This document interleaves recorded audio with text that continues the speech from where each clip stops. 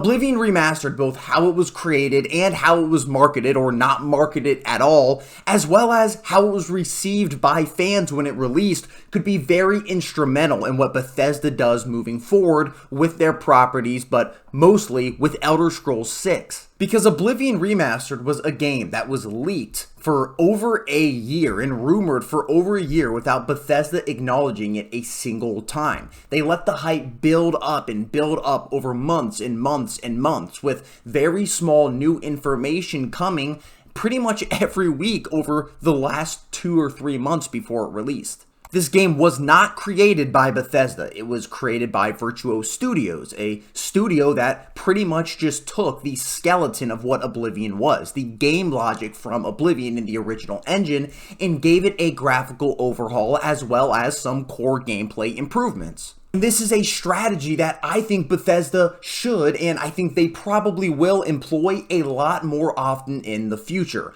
We saw way back in the day when the Oblivion Remastered rumors first started, the Microsoft core documents that also showed a remaster for Fallout 3 on there, but there was nothing that showed anything for New Vegas, I think the remaster that a lot of other people want as well. Nothing about Morrowind, the remaster that I think everybody probably wants if it's anything like the Oblivion Remaster. So Bethesda definitely has a lot to work with here, with the next big one probably going to be Fallout 3 if anything else in that document is correct, but we have seen, given, a lot of these things being 2 or 2.5 years late, everything in this document has been confirmed pretty much to be completely real at this point. So I think because it's another studio that they can outsource these projects to, I think Bethesda with Fallout 3 and after that with New Vegas and Morrowind, etc., they are going to be consistently remastering their games, keeping the original game logic, and having these games come out in the timing between the 6 to 10 to even 12 years before any of their new mainline games end up finally releasing, whenever the case that may be. The Oblivion Remaster was really the first goodwill Bethesda has garnered from their audience in a pretty long time, and it's not even a game they created. Like I mentioned, it's just a game that they oversaw. But they garnered this goodwill by demonstrating they understand their audience better than I think we ever thought that they did. By keeping the game running in the Gamebryo engine, they kept the charm and they kept the soul and the jankiness that everybody loved about Oblivion here in the Remastered. And I didn't even think that was possible. I literally thought this was an impossible task because I still can't wrap my head around how they remade all of the assets in Unreal Engine 5 and it's still running in the original engine. It doesn't make sense to me. But they also made some incredible decisions here that I think respected what the players wanted from the game, like the improved leveling system, like the lip syncing with the NPCs, like adding things like other voice actors for voice lines for other races, so where it makes sense and it's not the same couple voice actors voicing every character in the entire game. Small improvements to the combat, but nothing to where it actually took away from the original experience, but just added to it in a way that you could appreciate in the modern day and age. But lastly, they even kept some of the bugs and Easter eggs that were very popular back then that were still culturally relevant even on social media today. They kept these things in the game, and they did this for a specific purpose because that is what the players wanted from this experience. I heard that thieves broke into the Arcane University, the Imperial Legion compound, and the temple all on the same night. Wait a minute, let me do that one again. I don't think any of this was on accident. I think Bethesda deliberately made these decisions when Virtuos was making this game to make sure that they were in the Oblivion Remastered, and I think that demonstrates, again, that they understand their audience better than we thought they did. But what does this mean for the Elder Scrolls 6? Because I do foresee some issues happening here, at least graphically starting off.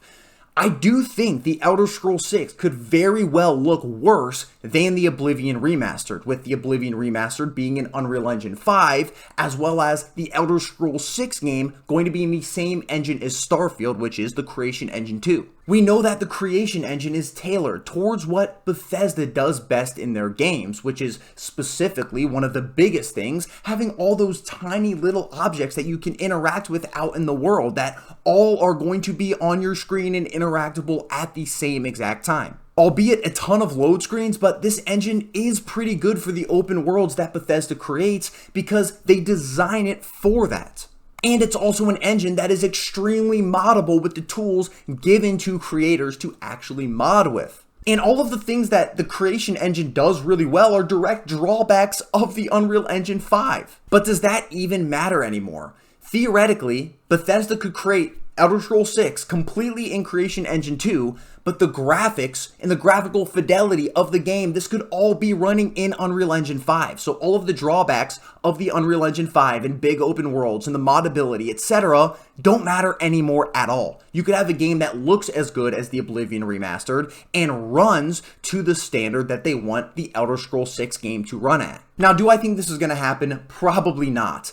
But this opens up a very interesting discussion about if they actually do, like I mentioned at the start of this video, do Fallout 3 Remastered the same way they did the Oblivion one, and then move on to New Vegas Remastered, and then move on to Morrowind Remastered. They are likely going to have all of their old remastered games coming out 20 years ago, even more at this point, look better than their most recent mainline release of Elder Scrolls 6? I really do think this is something Bethesda is probably thinking about right now, because if you look at Starfield and the community feedback about how that game looks, and then you look at the feedback about how Oblivion Remastered looks, it is a world of difference. But I do think, in general, people are going to be more hyped for Elder Scrolls 6 because Bethesda did make good decisions aside from the engines and the graphical fidelity with the game that showed that they do understand their audience, and that gets me excited for Elder Scrolls 6. And I also think they might employ a new strategy in regards to marketing this game. We saw them release a trailer 7 years ago at this point, a reveal trailer that just let us know that Elder Scrolls 6 is going to be coming after Starfield. And since then, we've heard absolutely nothing. But if you look at Oblivion Remastered, they said absolutely nothing, and they shadow dropped the game. Do I think they're going to shadow drop Elder Scrolls 6?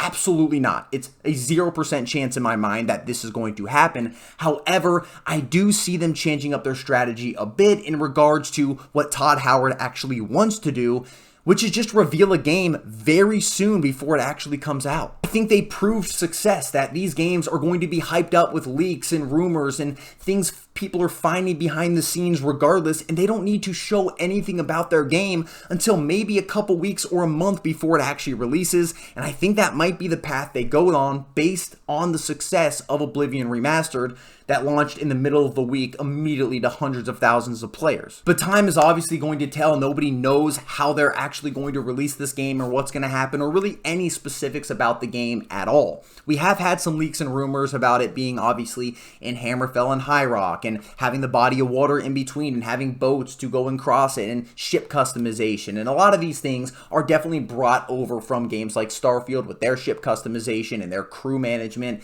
etc. And I think a lot of those things are going to probably be in Elder Scrolls 6 as well. I also foresee a lot of the actual building mechanics in Fallout 4, for example, and Starfield as well, to be coming over to where you can maybe build your own house or your own village, etc. I do see a lot of those things happening in Elder Scrolls 6. I don't think they would just drop those mechanics, but other than that, we don't really know what's going to be happening with this game, and even that we don't necessarily know. It's just leaks and rumors and what we think they're going to be doing based on the progression of their previous mainline games. I would love to hear what you guys think about this. Did the remastered Oblivion actually make you more excited for Elder Scrolls 6 because of some of those decisions Bethesda made that were good for this remaster?